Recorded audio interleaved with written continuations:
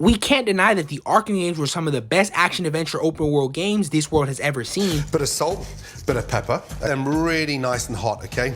Some may even argue that these games portray the best depiction of Batman that has ever been shown outside of the comic books. These games have it all: the fighting, talk, the movement, the stories. You want to know something funny? Even after everything you've done, I would have saved you. You name it. But as a Batman fan, a true Batman fan, I know there were a lot of things that this game just missed or didn't include whatsoever. Come on, it's Batman. He's been around since 1939. He has a lot of things at his disposal, so I guess I'd understand why some things may have been left out. But today I will be listing the top 5 things that should have been in the ARKHAM games that Batman has and utilizes in the comic books. Now, don't get me wrong, these games are fine without it, but this would have just made the ARKHAM series way more peak.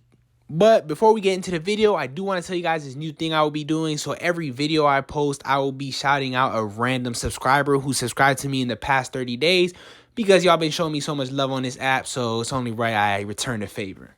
So for today's video, we will be shouting out my man's bruh. Thank you, bruh. Showing me that love by dropping the sub. I just want you to know that you are the GOAT, bruh. You are the GOAT. But without further ado, let's get into the video. Let's get it. Let's go. So you guys know I have to get started with the honorable mention, the knockout gas. Now this is a very common gadget Batman utilizes in the comic books, and it is in fact standard gear. I would have completely loved to see this in the ARKHAM series and, you know, been able to utilize it in the story mode, you know, maybe AR challenges, whatever the case may be. But I definitely love this gadget. You can literally just carpet bomb a whole area and just instantaneously knock out 30 thugs and henchmen. It would have been really fun to see how ARKHAM kind of like put this in the game and fit it well with all the other gadgets. But let's get into the actual ranking. Let's get it. Let's go. So coming in at number 5, we got the Bat Call. Now, I'm sure all you guys are familiar with this move. Batman did, in fact, utilize it in the Year One comics.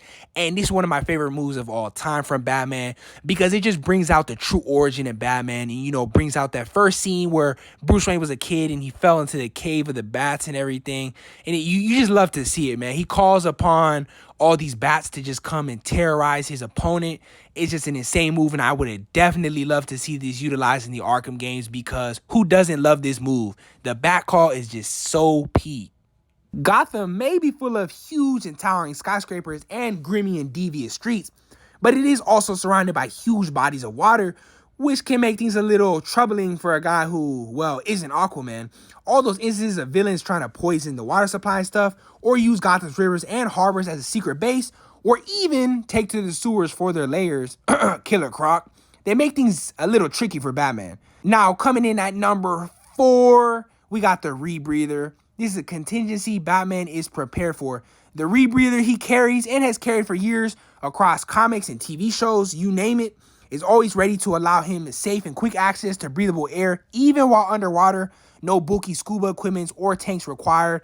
Now, I definitely wanted to see more missions, you know, water involved, and, you know, show how Batman is under the water with his utilization of gadgets and tech in the water to fight off these said troubles that these villains cause in the water. It would have been really nice, but, you know, the ARKHAM game doesn't really tackle, you know, water type missions or anything that occurs in the waters or the bays or anything like that. But I would have definitely loved to see it, and it would have boosted the just overall peakness of the ARKHAM missions. Coming in at number 3, we got the batcycle. Now, this vehicle needs no further explanation. It's hands down the most iconic Batman vehicle ever created. If you didn't have a Batman on the batcycle pillow when you were 7, lower your tone in my presence. But anyway, bro, I would have definitely loved to see this and was very bummed out that we didn't get this in the major ARKHAM series games, because this vehicle is just so peak. To be able to traverse in this would be just so insanely peak. Now, we did get in Gotham Knights. Oh, hell no! But, well, But anyways, man, that's most definitely deserving of its number 3 spot. I'm still sad to this day that we didn't get that inside of the ARKHAM games. Coming in at number 2, we got the Bat Submarine. Now, going back to my further point about number 4, to elaborate further on this, we definitely should have got more water-based missions and stuff of that nature and been able to traverse through the water on the Bat Submarine because this vehicle is just very peak. And, you know, I still am kind of confused as to why they didn't implement some water-based missions in these games, because Batman has a lot of troubles in the water, basically. But that's the number 2 spot coming in, the Bat Submarine, boy. You got nothing against it. Coming in at number 1, and this is a huge feature the Arkham games most definitely missed out, and it is the feature where you could bring people to your car, preferably girls, just like they did in GTA, because we obviously was going to be taking Selena into the Batmobile and getting it in. Say, nah, boys, I'm just playing. Obviously, number 1 is the Batwing. This is the most beautiful and majestic vehicle Batman uses, and one Batman really utilizes a lot in the DCAU shows and movies, and most definitely comic books. I was so bummed out we weren't able to traverse the night skies of Gotham with this beautiful, angelic excuse of a vehicle. I did also like how it was introduced in the Dark Knight trilogy. It was so beautiful. And, you know, again, really bummed out that we weren't able to utilize it in the missions or anything like that, or have aerial type missions where we could in fact use this and hunt people down with those huge, massive guns. Overall, the Arkham games are extremely peak and, you know, close to perfection. Didn't really leave anything out. But, you know, with Batman's history of being around for so long, it's understandable why some things would have been obviously missed out.